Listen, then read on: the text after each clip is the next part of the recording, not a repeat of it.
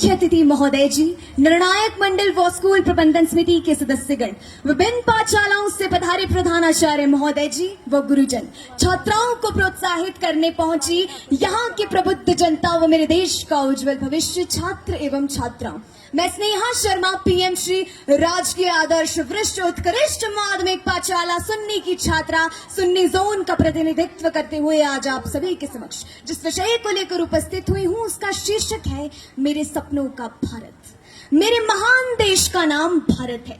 मेरे सपनों का भारत कैसा हो, इसको जानने से पहले भारत के बारे में जानकारी ले लेते हैं। भारत का शाब्दिक अर्थ है जहां सूर्य की आभा हो। भा का अर्थ है सूर्य का प्रतीक और रथ का अर्थ है रमा हुआ। जिस देश में सूर्य जितना प्रकाश हो, तेज हो, वो भारत है और उस भारत के हम नागरिक हैं। हालांकि इसका नाम दुष्यंत व शकुंतला के पुत्र राजा भरत के नाम से प्रेरित होकर पड़ा।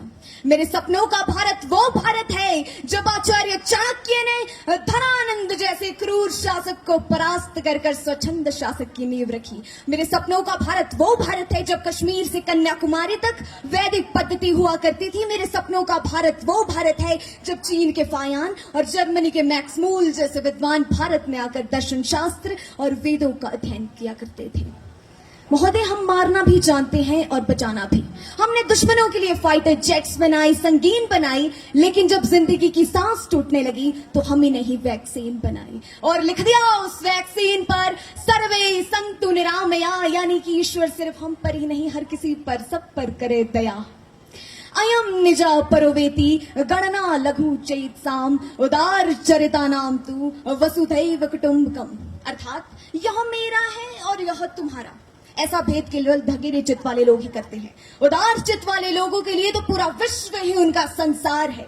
महोदय, मुझे बड़ा ही गर्व महसूस होता है जब इसरो के वैज्ञानिक चंद्रमा के दक्षिण छोर में अपना चंद्रयान उतारते हैं और वहीं दूसरी ओर भारत का नमक खाकर कुछ नमक हराम देश के साथ गद्दारी कर भारत को नशे की सामग्री वो हथियार अवैध तरीके से पहुंचाकर देश की युवा शक्ति का खात्मा कर रहे हैं। हमारा आज का युवा ही इस देश का आने वाला भविष्य है और मेरा सपना यह है कि यह इस देश का हर एक युवा निडर, साहसी, ईमानदार होकर स्वदेश प्रेम का भाव रखकर देश को आगे ले जाने के प्रयास में गुम होता हुआ नजर आना चाहिए। तो और वहीं दूसरी ओर वह स्वदेश प्रेम का भाव तो छोड़ो, वो एक ऐसे प्रेम के जाल में फंस चुका है जिसमें 4 बाई 4 इंच की छोटी सी स्क्रीन पर अपनी कोमल अंगुलियों की घर्षण मात्र से अपनी भावनाओं की इमोजी भेज रहा है। 4 बोतल बोट का काम मेरा रोजगार ने भारत का भविष्य तबाह कर दिया है। ऐसे तो मेरा सपना पूर्ण नहीं होगा आदरणीय। हमें छोटी छोटी कोशिशें करनी होगी। युवा शक्ति बहती है, चाहती हूँ कि गौर करें कि बलिदानियों की उस गाथा में तुम बलिदानियों का एक और पन्ना जोड़ दो।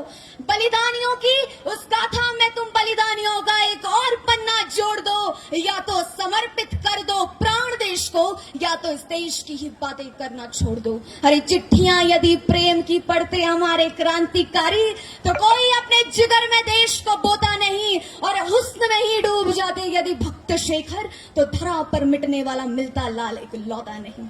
उस समय का हर एक युवा यदि दिल में बगावत ढंगता तो राष्ट्र अपना फिर से कभी गुलामी को ढोता नहीं और राणा शिवाजी खेलते यदि रूप रंगों के खिलौने तो कहीं इस देश का यह अस्तित्व होता नहीं। महोदय, आज की श्रृंखला की सबसे कड़वी बात कहने जा रही हूँ और मुझे पता है कि मैं इस समय कहां पर खड़ी हूँ। मुझको तो सारी धरती की जीवन गाथा दिखती है, मुझको तो सारी धरती की जीवन गाथा दिखती है और भारतीय संस्कृति की शुद्ध सुजाता दिखती है।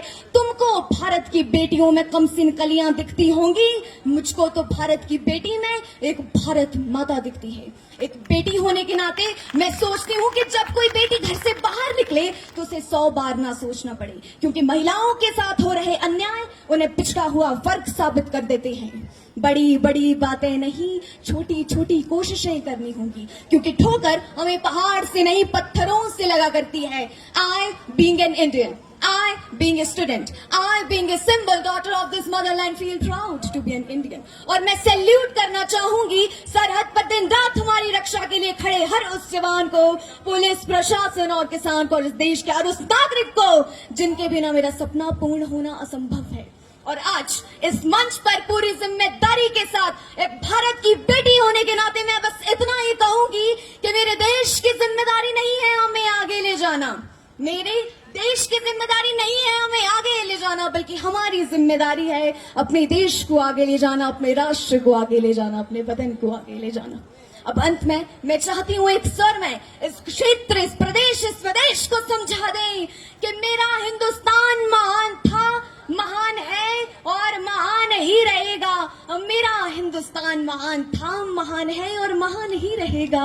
होगा हौसला सबके दिलों में बुलंद तो एक दिन पाकिस्तान भी जय हिंद कहेगा, क्योंकि देश से है प्यार तो हर पल ये कहना चाहिए, मैं रहूं या ना रहूं भारत ये रहना चाहिए।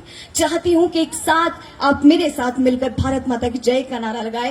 भारत माता की जय, भारत माता की जय, भारत माता की जय। आप सभी ने मुझे बड़े धैर्य से सुना, ध्यान से सुना, इसलिए आपका आभार, धन्यवाद। जय हिंद, जय भारत, जय मातृभूमि।